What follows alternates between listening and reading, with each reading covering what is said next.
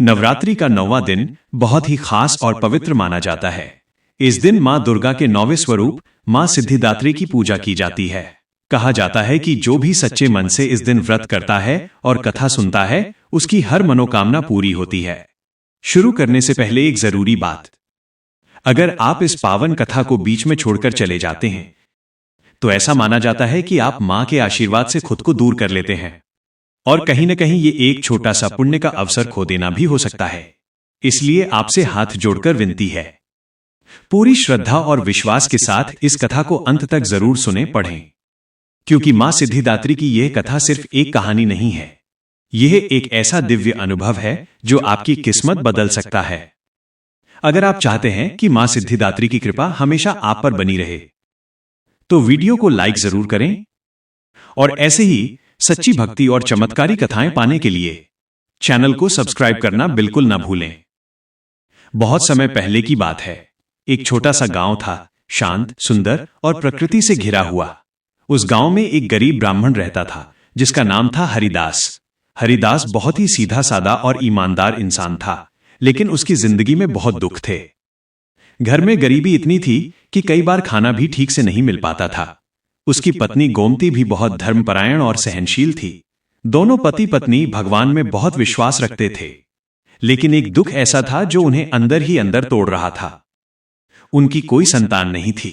हरिदास और गोमती हर रोज भगवान से यही प्रार्थना करते, हे माता, हमें भी एक संतान का सुख दे दो। समय बीतता गया, लेकिन उनकी इच्छा पूरी नहीं हुई। एक दिन गांव में एक साधु आए। उनका चेहरा तेजस्वी था, आंखों में शांति थी।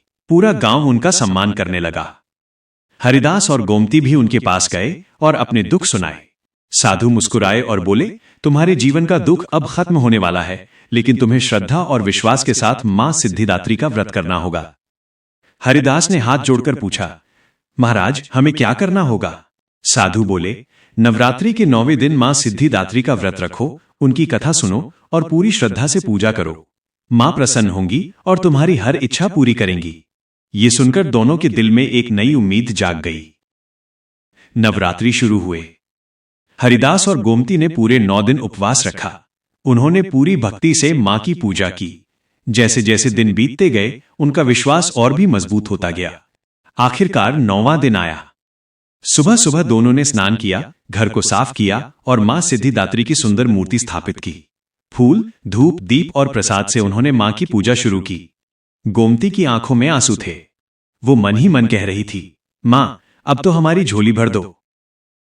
पूजा के बाद दोनों ने बैठकर मां सिद्धिदात्री की कथा सुनी। जैसे ही कथा पूरी हुई, अचानक घर में एक दिव्य प्रकाश फैल गया। दोनों डर गए, लेकिन अगले ही पल उन्होंने देखा, उनके सामने स्वयं मां सिद्धिदात्री खड़ी थी। उनका रूप इतना सुंदर और दिव्य था कि हरिदास और गोमती की आंखों से आंसू बहने लगे। दोनों ने झट से उनके चरणों में गिरकर कहा, मां, हमें क्षमा करें, हम आपको पहचान नहीं पाए। मां मुस्कुराईं और बोली, तुम दोनों की भक्ति से मैं बहुत प्रसन्न हूं, जो चाहो वर मांगो।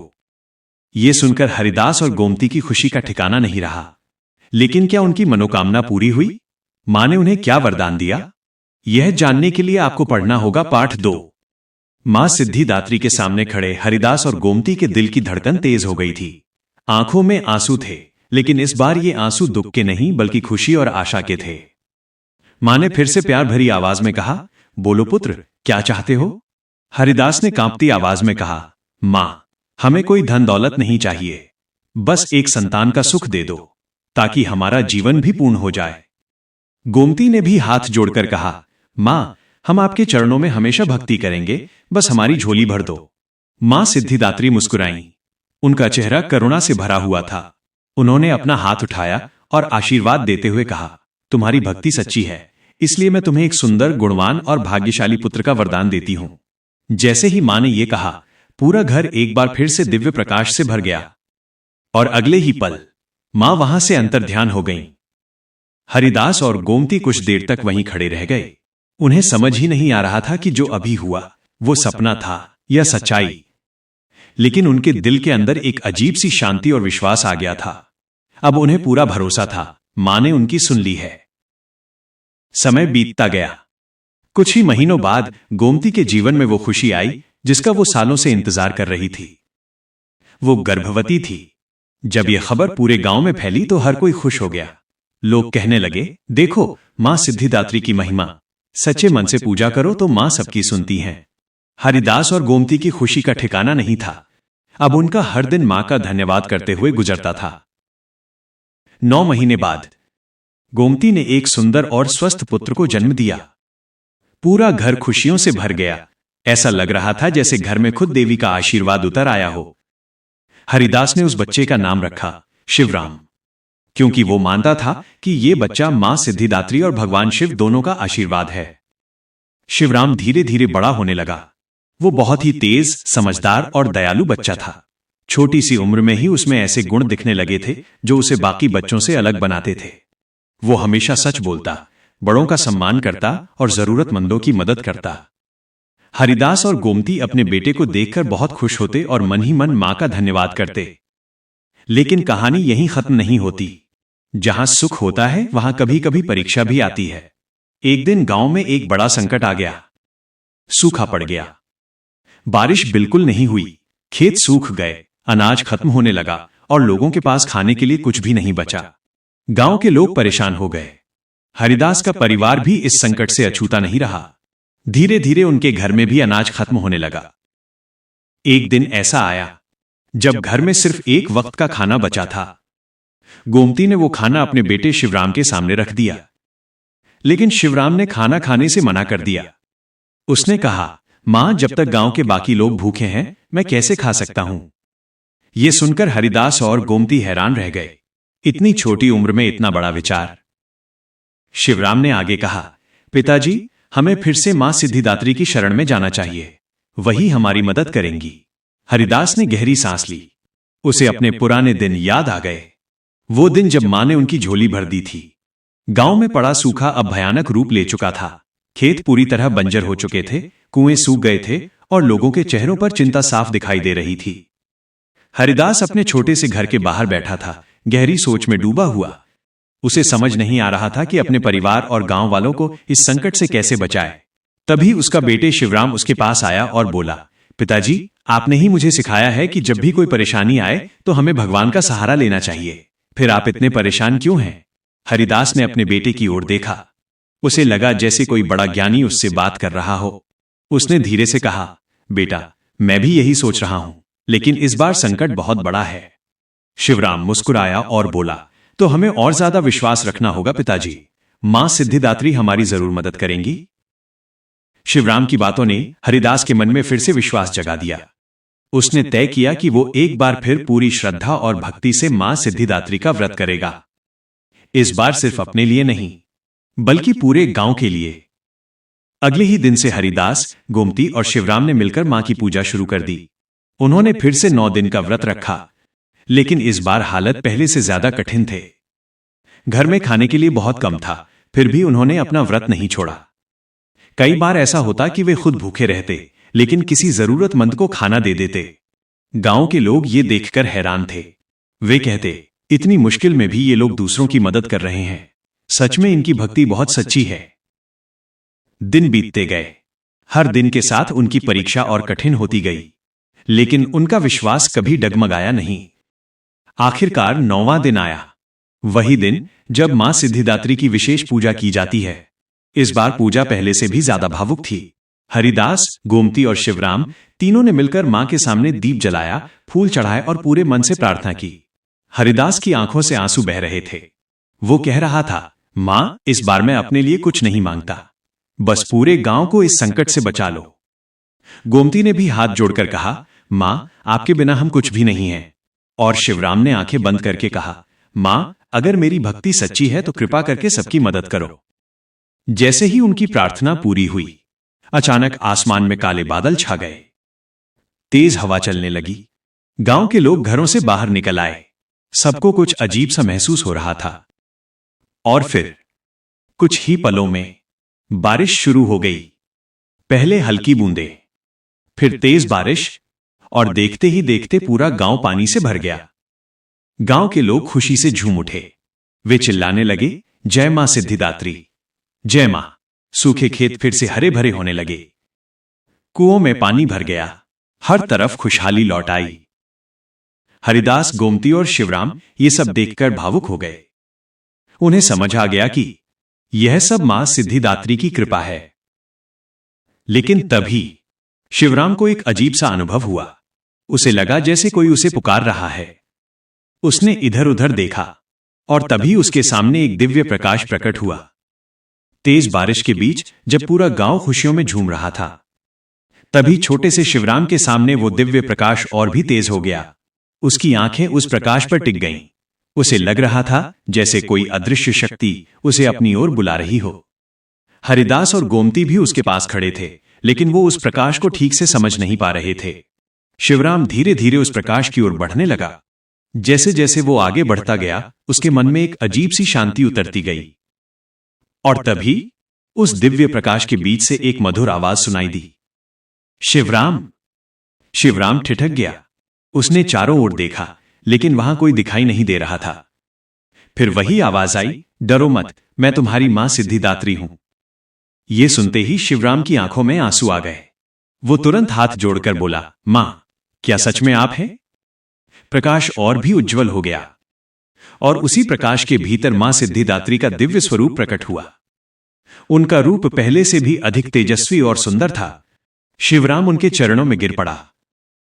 मां ने उसे प्यार से उठाया और कहा, बेटा, तुम्हारी भक्ति ने मुझे बहुत प्रसन्न किया है। शिवराम ने विनम्रता से कहा, मां, ये सब आपकी कृपा है, आपने ही हमारे गांव को बचाया। मां मुस्कुराई और बोली, हां पुत्र, लेकिन ये सब तुम्हारी निस्वार्थ भावना के कारण हुआ है। तुमने अपने लिए नहीं, दूसरों के लिए प्रार्थना की। यही सच्ची भक्ति होती है।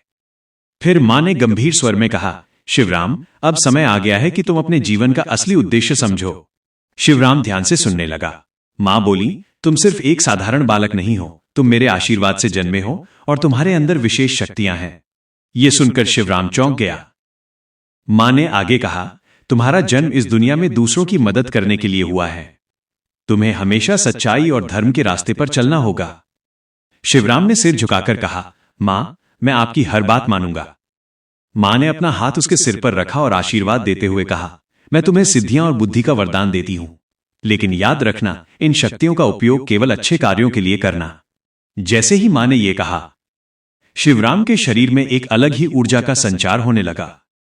उसे ऐसा महसूस हुआ जैसे उसके अंदर कुछ बदल गया हो। उधर हरिदास और गोमती ये सब देखकर आश्चर्य में थे। उन्हें समझ नहीं आ रहा था कि उनके बेटे के साथ क्या हो रहा है, लेकिन उनके दिल में एक विश्वास था, ये सब मां की लीला है। कुछ ही पलों में वह दिव्य प्रकाश धीरे धीरे कम होने लगा। मां सिद्धिदात्री अंतर्ध्यान होने लगी। जाते जाते उन्होंने कहा, जब भी सच्चे मन से मुझे पुकारोगे, मैं हमेशा तुम्हारे साथ रहूंगी। प्रकाश पूरी तरह गायब हो गया। बारिश भी धीरे धीरे रुक गई, लेकिन शिवराम अब पहले जैसा नहीं था। उसके चेहरे पर एक अलग ही तेज था। उसकी आंखों में गहराई और समझ झलक रही थी। हरिदास ने उसे गले से लगा लिया और कहा, बेटा, आज हमें समझ आ गया कि तुम हमारे लिए सिर्फ एक संतान नहीं, बल्कि मां का आशीर्वाद हो। गोमती की आंखों से खुशी के आंसू बह रहे थे। मां सिद्धिदात्री के आशीर्वाद के बाद शिवराम का जीवन पूरी तरह बदल चुका था। अब वो पहले जैसा साधारण बालक नहीं रहा था। उसके अंदर एक अद्भुत शांति, समझ और शक्ति आ गई थी। गांव के लोग भी अब उसे अलग नजर से देखने लगे थे। वे कहते, यह कोई साधारण बालक नहीं है, इसमें जरूर मां का आशीर्वाद है। शिवराम अब हर दिन किसी न किसी की मदद करता। कभी वो बीमार व्यक्ति के लिए जड़ी बूटी लाता, कभी किसी गरीब को खाना देता, तो कभी किसी झगड़े को प्यार से सुलझा देता। धीरे धीरे पूरा गांव उससे जुड़ने लगा। लेकिन जहां अच्छाई होती है, वहां बुराई भी अपनी जगह बनाने की कोशिश करती है। उसी गांव में एक व्यक्ति रहता था, कालिया सेठ। वह बहुत लालची और स्वार्थी था। उसे यह बिल्कुल अच्छा नहीं लग रहा था कि गांव के लोग अब शिवराम की इतनी इज्जत करने लगे हैं।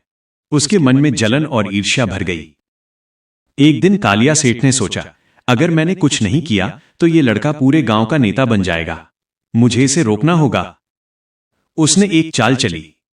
अगले ही दिन वो पूरे गांव में ये अफवाह फैलाने लगा कि शिवराम कोई चमत्कारी नहीं है, वो लोगों को बेवकूफ बना रहा है। कुछ लोग उसकी बातों में आ गए। गांव में धीरे धीरे शक का माहौल बनने लगा। ये बात जब शिवराम को पता चली तो उसने गुस्सा नहीं किया। वो शांत रहा। उसने सोचा, सच्चाई को किसी सबूत की जरूरत नहीं होती, समय खुद सब कुछ साबित कर देगा। लेकिन कालिया सेठ यही नहीं रुका। उसने शिवराम की सबसे बड़ी परीक्षा लेने का फैसला किया। एक दिन उसने पूरे गांव के सामने शिवराम को चुनौती दी, अगर तुम सच में मां के भक्त हो और तुम्हारे पास कोई शक्ति है तो इस सूखे पेड़ को फिर से हरा करके दिखाओ। गांव के लोग इकट्ठा हो गए। सबकी नजरें शिवराम पर थीं। हरिदास और गोमती भी घबरा गए। उन्होंने शिवराम से कहा, बेटा ये सब छोड़ दो, हमें किसी को कुछ साबित करने की जरूरत नहीं है। लेकिन शिवराम मुस्कुराया।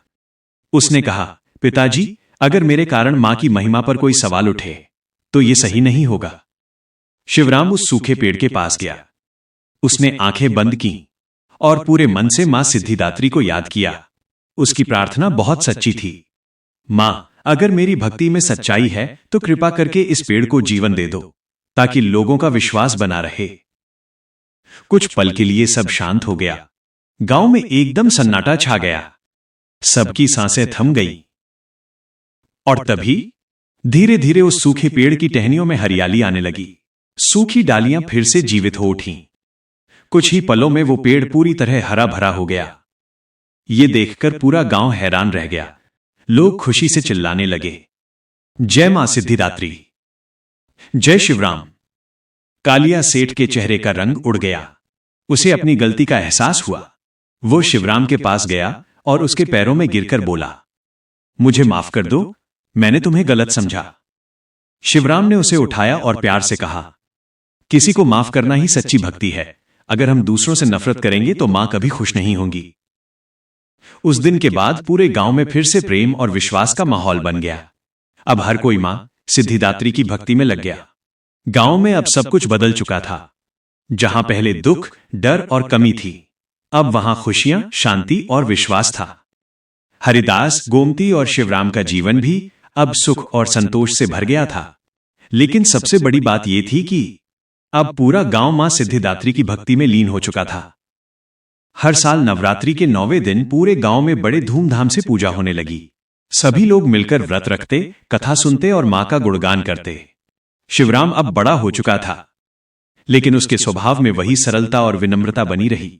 उसने कभी भी अपने वरदान या शक्तियों का घमंड नहीं किया। एक दिन नवरात्रि का 9वां दिन फिर से आया।